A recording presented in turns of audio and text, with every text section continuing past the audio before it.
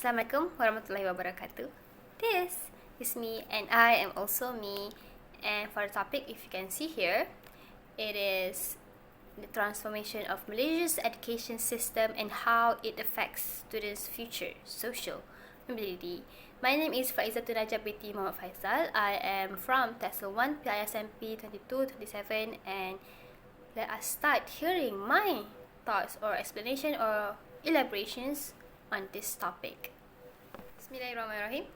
Today we will be talking about the changes in education, but before that, I'll be going one by one of the brief overview here, which are one of the first changes in education that I think would be a significant impact to all students or all pupils in our nation would be making secondary level of education compulsory to all.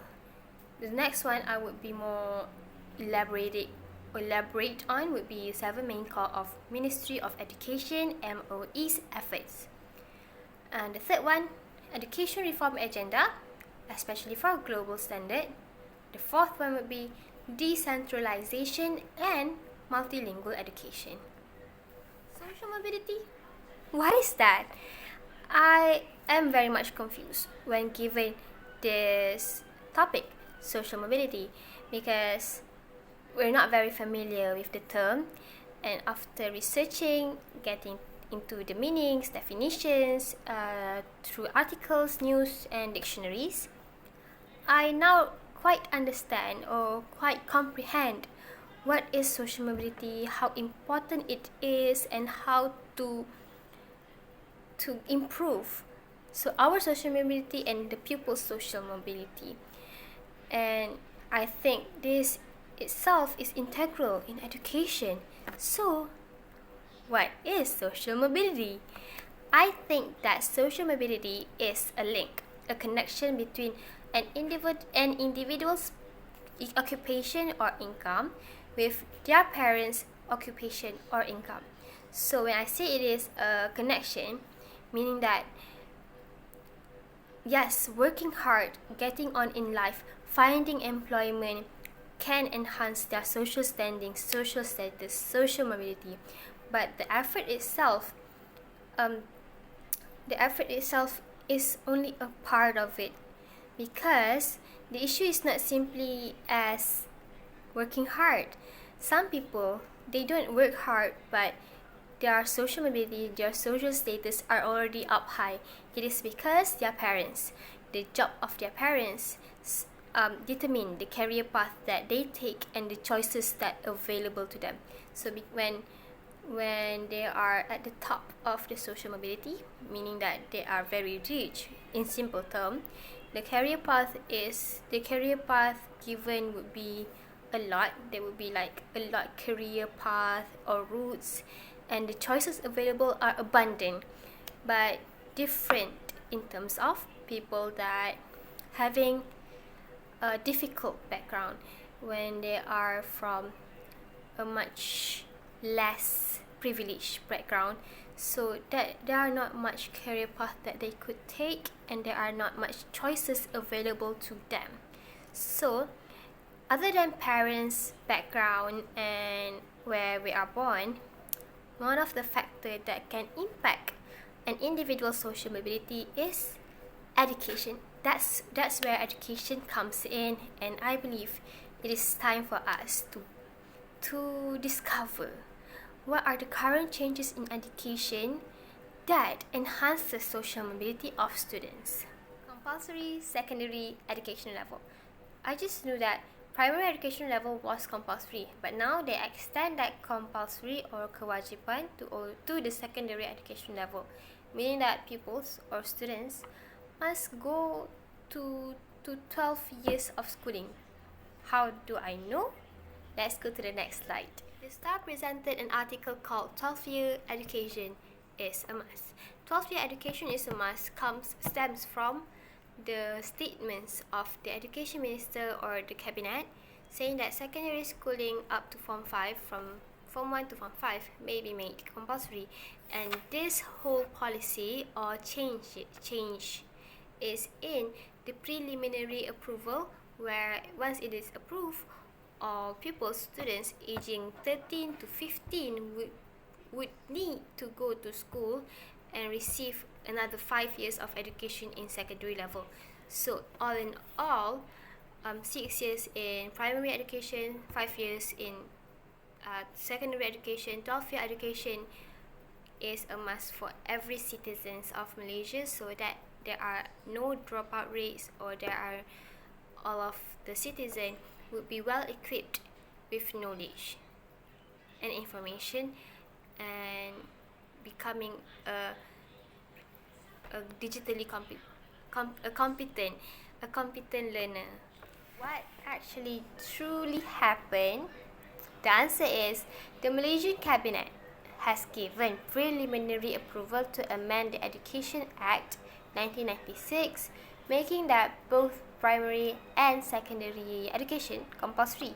So this move from Falina Siddiq, its objective aims to reduce dropout rates and ensure that all children or all pupils have the opportunity to complete 12 years of schooling.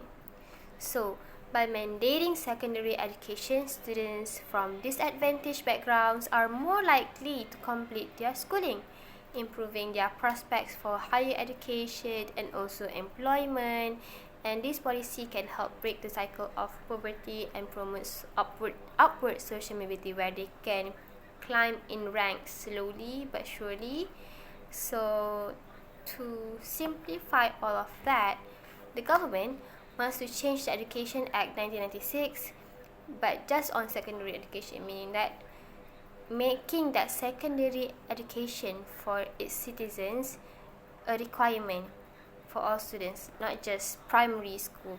And why does it matter? It's because if all children go to school until they are Form 5, they will learn more skills. They will learn from the 6 C's that we had learned before, which is culture, character, communication, critical thinking skills. All of those would be more enhanced in the secondary level and would be upgrade. So when this upgrade happens, it helps the students themselves to get better jobs and stop the cycle of poverty. So when students from poor families, especially in rural areas, it will benefit them, especially to move their social mobility upward. This actually aligns with the saying that a lot of employees, a lot of shops, or any jobs, they at least want the employers to have SPM results. So by having an SPM result itself have a lot of difference compared to not having any results or any certificates of achievement at all. So when they are being made compulsory, required to go to school and complete all of the schoolings, the students will get much better chances or opportunities given to them in the future. So even if they see this as a requirement, as a need, as something that act as an obstacle, because pupils nowadays see school as just a requirement. They don't feel the value, because they think that they can just get a job. They don't have to learn to get a job. But they don't realize that having this opportunity given to them, it can break the cycle of poverty if they truly acknowledge and value the worth of education, and understand and taking time to internalize the weight, the responsibility of getting education itself for their family and for themselves. And then moving on to the next slide, the action or the changes that is currently trying to be approved concerning the dropout rates, we are taking serious. The Ministry of Education is taking serious of students dropouts. They don't want anyone, any citizens or any students to be left behind. This aligns with Sustainable Development Goals, where no one should be left behind. And in terms of education, it is especially true because as seen here, even though the rate of students dropout are decreasing, but we hope that in terms of the numbers, in terms of the percentage, it will be lower, and if possible, there's none that dropping out any secondary or primary level of education.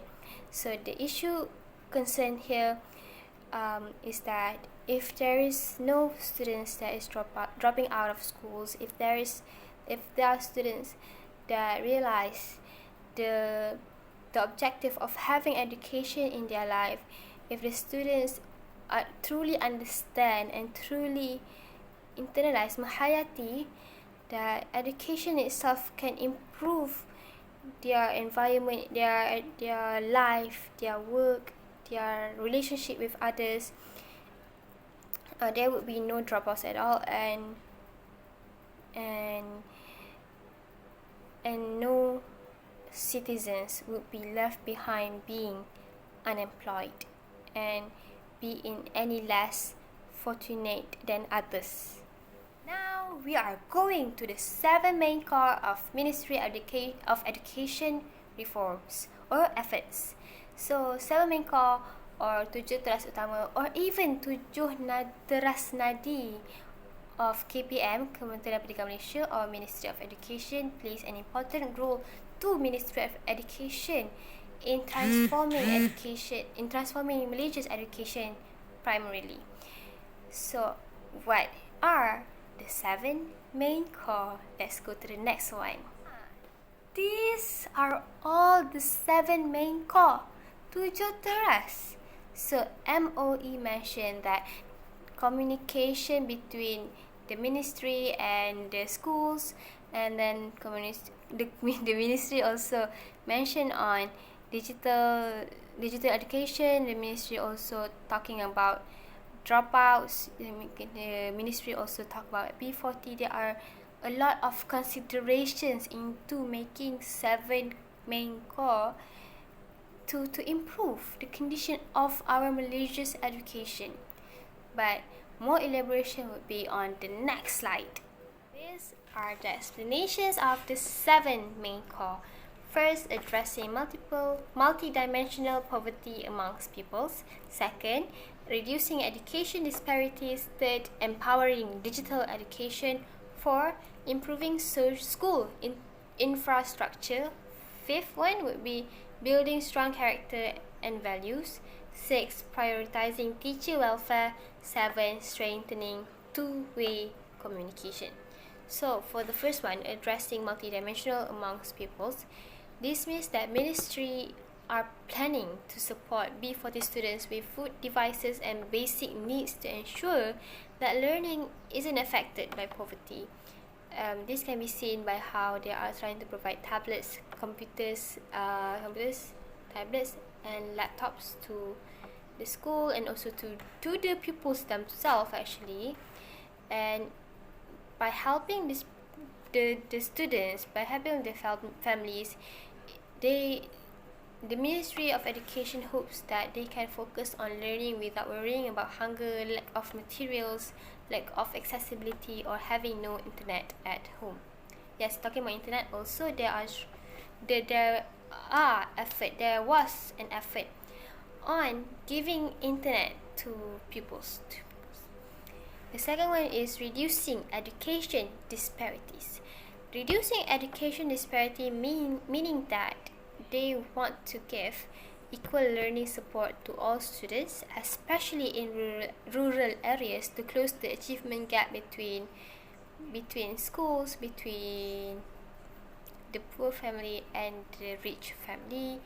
So this core aims to reduce the gap between students in urban and rural areas, or among different ethnic or among different economic groups. There are a lot of considerations there, but how the reducing education disparities would be by giving equal access to quality education, a good education helping weak students catching up, especially in literacy and numeracy, and reducing school dropouts, because every child, no matter where they live or how rich they are should be given a fair chance to succeed. The third one is empowering digital education.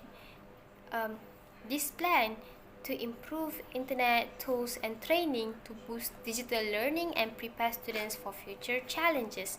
And digital education, you can see from the use of Delima, and once upon a time it was from VLE, but nowadays Delima is a powerful tool to ensure that all pupils are given digital education to be a digitally literate individual. So this core supports the use of digital tools in teaching and also in learning, by giving internet access, training teachers themselves also to use digital tools, and promoting fun and effective online learning. So when students gain digital skills, they are actually preparing themselves for future job.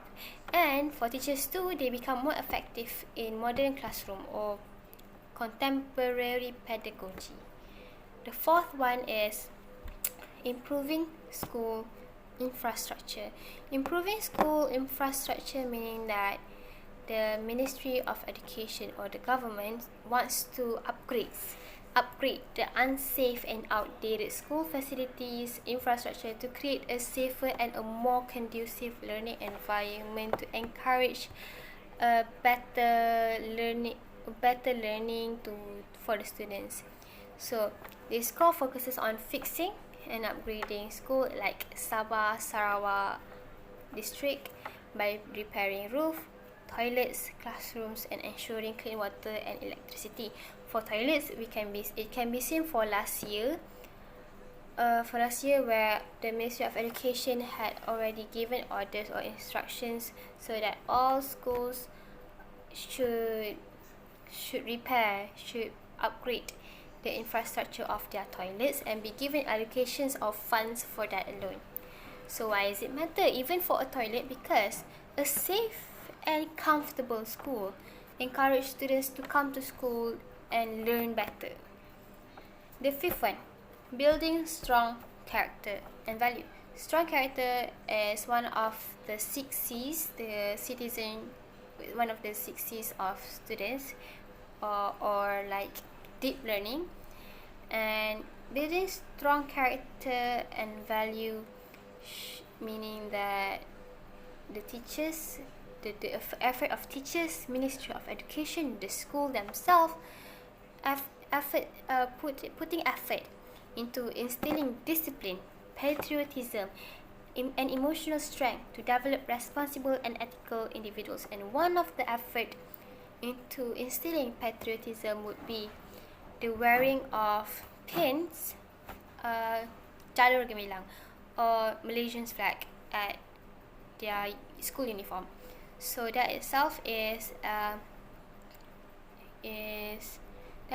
shows an effort where actually Malaysia was trying to incorporate this action from Indonesia. So I believe that having this effort and putting allocations for the pins of Malaysian flag could help students to become more patriotic and loving to their own country. It's because, why is it important? Because we hope that these students would grow to a trustworthy and productive citizens that put importance to their country and ensure that their country is loved by its citizens.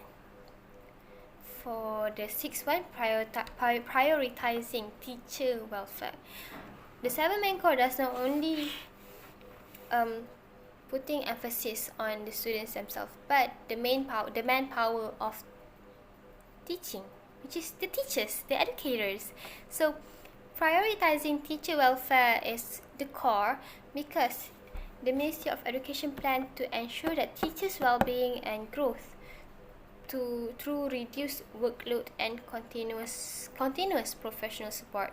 So the Ministry of Education had planned to give proper training, reducing any unnecessary workload to ensure that the teachers having a better career development, so that teachers are more happy and motivated to create a better learning experience for students.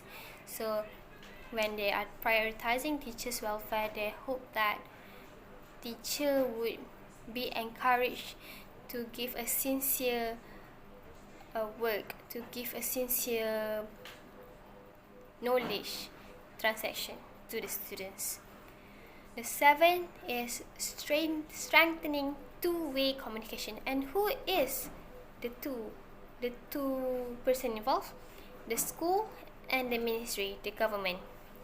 And Ministry of Education is trying to improve feedback and collaboration between the ministry and the schools, also the stakeholders, which is parents or any other organization, for better policy decision, so that when everyone works together, when there are a lot of factors involved, schools become more stronger and more responsive to cater the students' needs.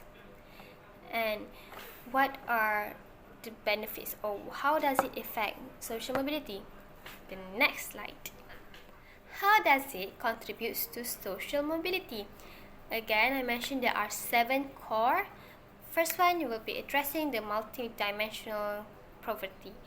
When they take into account the first core and focusing on it, so the spotlight on students from B40 families, and the initiative taken to this type of family can seek to alleviate, to solve the issues such as malnutrition, lack of learning devices such as tablets and computers or laptops, and inadequate study environment, which would lead to ensuring that socio-economic status does not hinder educational access and success of the students, of the underprivileged students.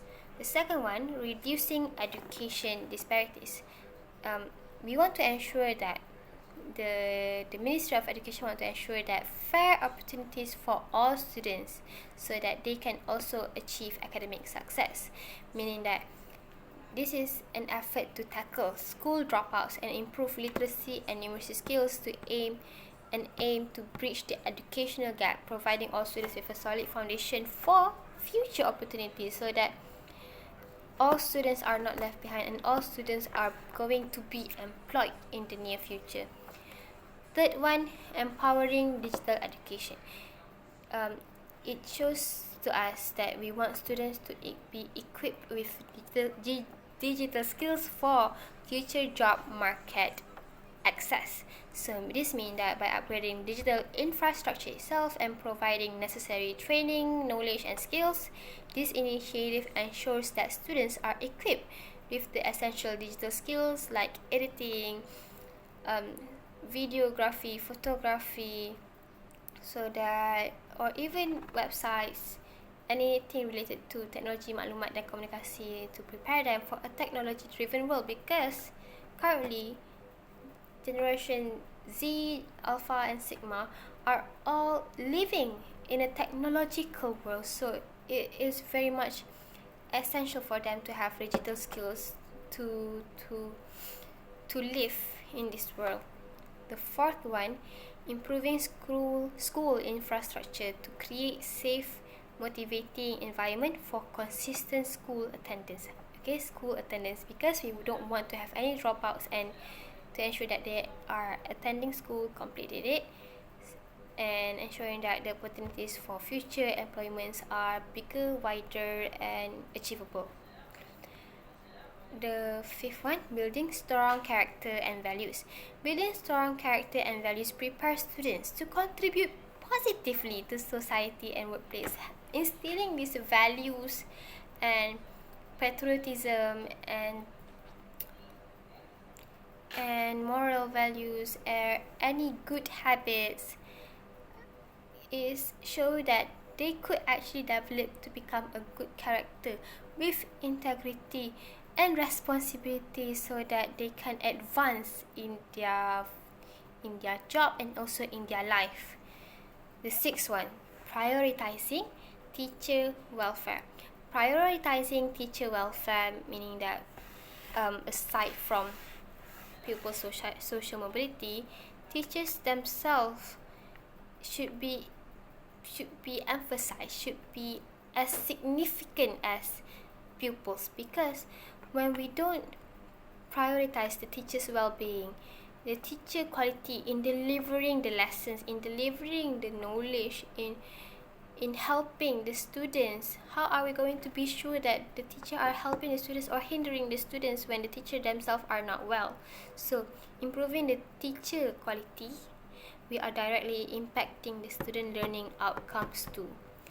That's why we are taking care of their workloads, professional support and everything, so that the welfare of the teacher is in a good condition, so that the students are given good knowledge and being judged correctly for their PPT and assessments. The seventh one, strengthening two-way communication. Two-way communication meaning again ministry and also schools. Other than that, the parents and stakeholders. So when having two-way communication, it can make the policies, it can align the policies with school realities to better support students' progress. And having two-way communication helps in giving clarification, opening up eyes, exchanging information, giving ideas to improve the education. If there's no communication between the schools and the Ministry of Education, which are both a part of another, it would hinder the success of education. It would be an obstacle to improve the education, to make sure that our students are going to become a good character in the future and to be fully employed in the future and having their future in a good condition, meaning that they are becoming so their social mobility are upwards in the future. It's hard to do that if we don't recognize the problem within ourselves, within the community, within the two top institutions of education, which is Ministry of Education and schools. The third one would be education reform agenda for global standards. What is the education reform agenda for global standards? Now, the staff presented the plans that was made by Ministry of Education to ensure that the plans and also the strategy and also allocations, percentage and everything in detail to ensure that our education is developed and improved to fit the global standards of education itself. So, what are we waiting? Now, let's go to the more explanations. Or the plans, or strategy, allocations, percentage, and everything else in between. In terms of curriculum, Ministry of Education had refined the PBD level reporting to make it easier for teachers and also for the parents to understand and ensure that it is parent friendly. Second, UASA, ujian akhir UASA mastery level reporting based on percentage and grade structure. The third one, to increase teachers' competency through professional development programs, which are 5 2,808 non-option BM teachers registered for the BM Teacher Fluency Exam or UPPMG to ensure that they are actually well equipped with the techniques, with the pedagogy skills to teach BM because they are non-option. The second one would be STEM and Digital Edu.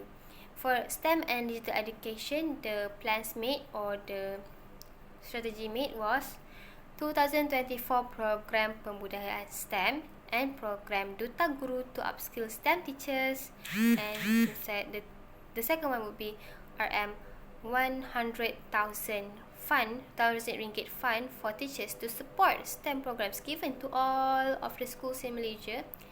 And then Digital Educational Learning Initiative Malaysia, the 5, is using, not globally but nationally, where its usage reached to 92% of teachers active users and over 1 million students are 32% are active users of the 5. The 4 and the 5th one would be TVET and preschool education.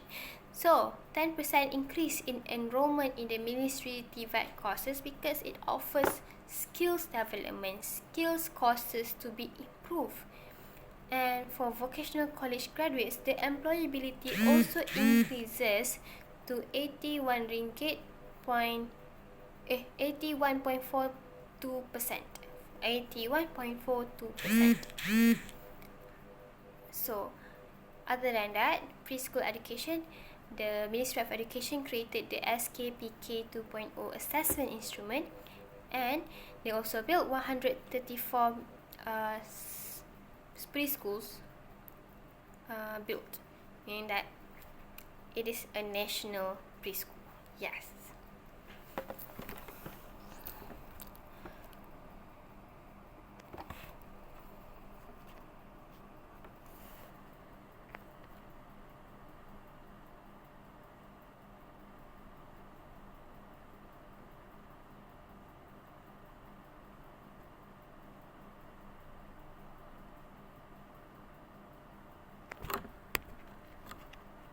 It all in one place, what happened was that the Ministry of Education is implementing a reform agenda targeting 6 key areas, which are curriculum enhancement, language proficiency for students and for the teachers, STEM education, technical and vocational training (TVET), digital education, and preschool alignment or education.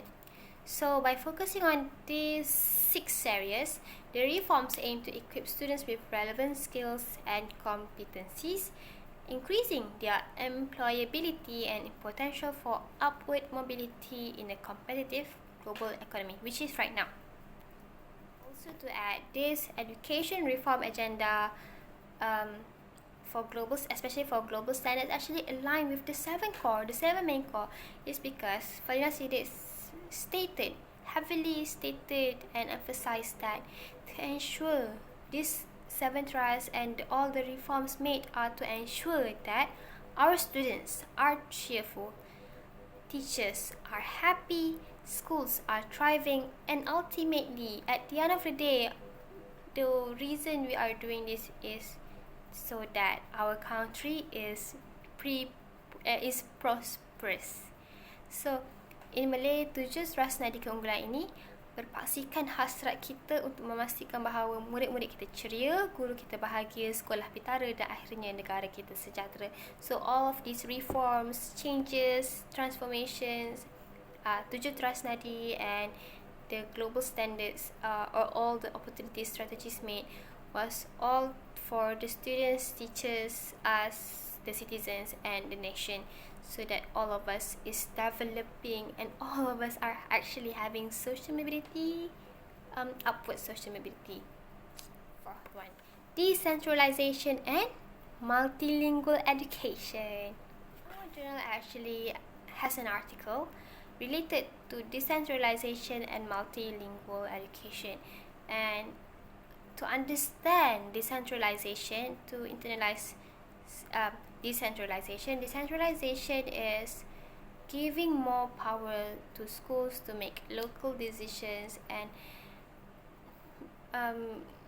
And yes, and for multilingual education, meaning that we want the students to learn more language like Mandarin, Arabic, France, France, and even actually Asian countries' languages. But it would be elaborated further.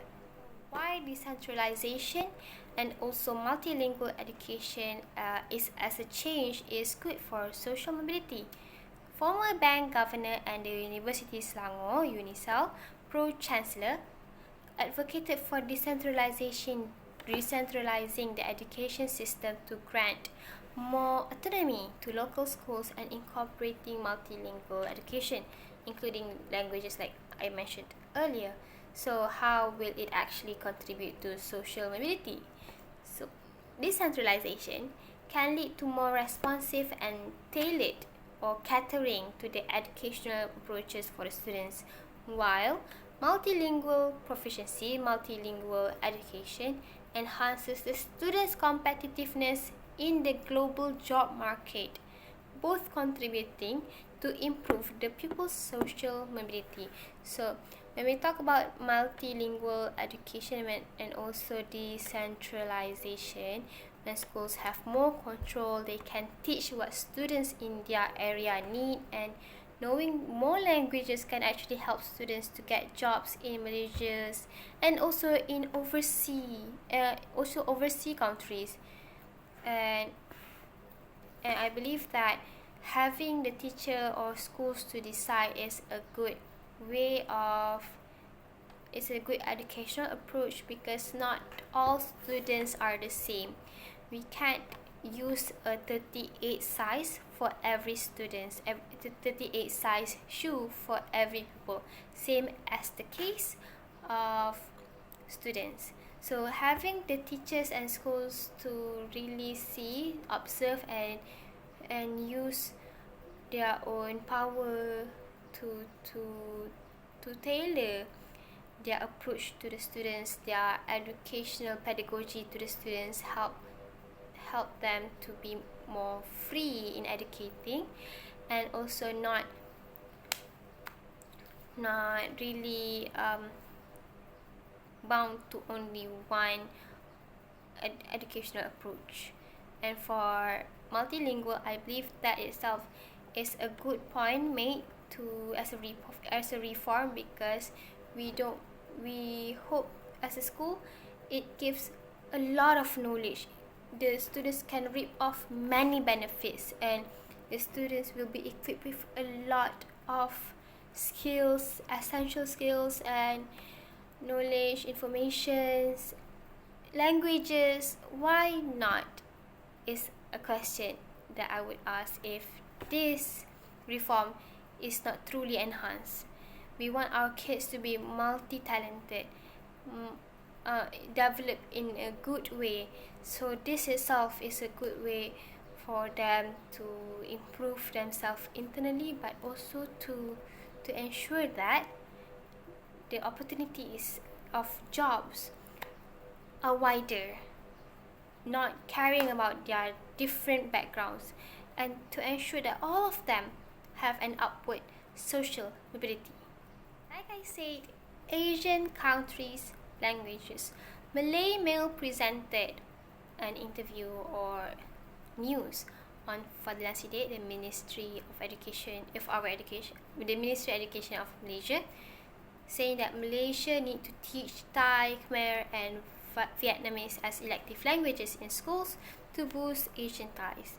I believe the core of this statement, the core of this idea is also to ensure that our students are also given opportunities to work at Asian countries other than Malaysia itself. So the introduction of Thai, Khmer and Vietnamese as elective languages in Malaysia schools is a forward-thinking policy that not only strengthens the regional ties, but also equips students with valuable skills for the globalized world. So I believe that strengthening Asian integration is not the main objective when we're talking about social mobility, but when we are tying up Asian countries closely and trying to enhance diplomatic and cultural relationships within the Southeast Asia's countries. It helps in the students learning, but also social mobility. But in terms of learning, the students would learn a lot of cultures and traditions of Thailand, Cambodia, and Vietnam. Such cultural competence is invaluable in promoting mutual respect and understanding in a multicultural region. But what happens when they understand their context, cultural context, but also their language? They can communicate with them, but they also have a good character when interacting. So it expands their economic opportunities, meaning that they can work there, they can have a job there. They would probably be better exposed to a position in any in Southeast Asia's countries. So I would say that there are three importance, which are increased employability, which regarding the work, where the sectors included would be tourism, international business, and diplomacy. So students' proficiency in the languages, in the Asian countries' languages, can access a broader range of job opportunities, both domestically in Malaysia can also be used, but also outside of Malaysia. And second one is access to regional education and scholarships. It also helps with social mobility. They don't have to be bothered or be burdened by financial status when they get scholarships. So language proficiency in the Asian countries can help to enable students to pursue higher education in Asian countries. Benefiting from the scholarship, they can lead to enhanced qualifications and career prospects. The third one is empowered of marginalized community, meaning that offering these languages as elective can be a benefit to students, especially the ones that are economically or financially disadvantaged, because it provides them with a unique 1 in a million skills that can differentiate them in the job market and facilitate them to their upward social mobility. So I think multilingual education is good. Decentralization is an even better method for a reform in education. Rahim. Now we have come to the conclusion. In summary, Malaysia's recent educational reforms are comprehensive and targeted towards creating a more equitable and high-quality education system. Malaysia is trying to make its education system fairer and better for everyone, citizens, students, teachers, and for the nation itself. So, by keeping students in school longer, especially the 12 years, improving education, the curriculum, the TVET, preschool, and then teaching skills for modern jobs, which is digital competency for students and teachers, and helping students to learn more language. All of this the country is actually helping students to move up in life, upward social mobility. So these changes support social mobility by giving all children, no matter where they come from, a chance to succeed. And Alhamdulillah, that's all from me. Thank you.